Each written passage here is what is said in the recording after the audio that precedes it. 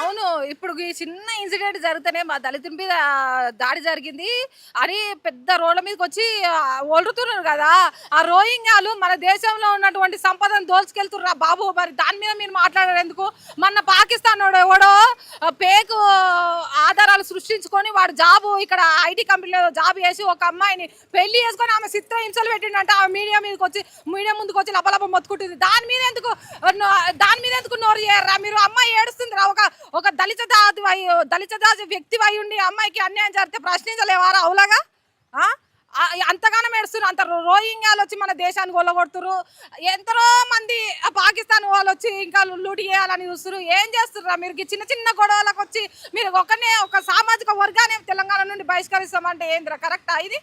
ఎందుకు వాళ్ళు ఇప్పుడు మాట్లాడుతున్నటువంటి వాళ్ళు వ్యతిరేకిస్తున్నటువంటి వాళ్ళు సో ఎందుకు వాళ్ళు వ్యతిరేకిస్తూ ఉన్నారని చెప్పేసి అనుకోవచ్చు.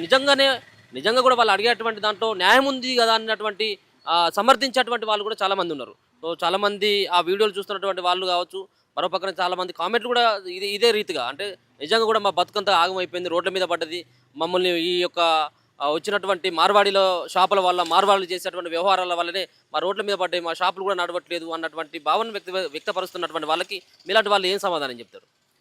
అట్లానే ఏది ఉండదు. ఇది కొన్ని ప్రభుత్వాలు వాళ్ళ పైన చూపిస్తుంది అనమాట, కక్ష చూపిస్తున్నారు అనమాట. ఒక ఒక ఒక చిచ్చు రేపితే వాళ్ళ ప్రభుత్వం ఏర్పడవచ్చు. దాని ప్రకారం ఒక చిచ్చు రేపే ప్రయత్నం చేస్తారు. కానీ ప్రజల మధ్య చిచ్చు లేపి వాళ్ళ పార్టీని రేపు అధికారంలోకి తేవాలని చూస్తున్నారు. గంతేగాని తెలంగాణ ప్రజలందరూ మీరు గుర్తుపెట్టుకోవాల్సింది ఒకటే, ఇక్కడ వాళ్ళు రాజకీయ నాయకులు మాటలు నమ్మి మీరు పెద్ద అది కాకండి. మనకు మార్వాడి వల్ల ఎలాంటి ప్రాబ్లం లేదు. మనకు ముందే చెప్తారు వాళ్ళు, ఇంత బాకీ ఇచ్చినా కానీ ఇట్లుంటుంది, ఇంత నెలలోపు మీరు కట్టాలి, లేకపోతే ఇట్లుంటుందని. కానీ మీరు రాజకీయ నాయకుల మాట నమ్మి ఆగం కాకని నేను చెప్తున్నాను అంతే. ఒక రాజకీయాలు చేస్తురండి బీఆర్ఎస్ ప్రభుత్వం.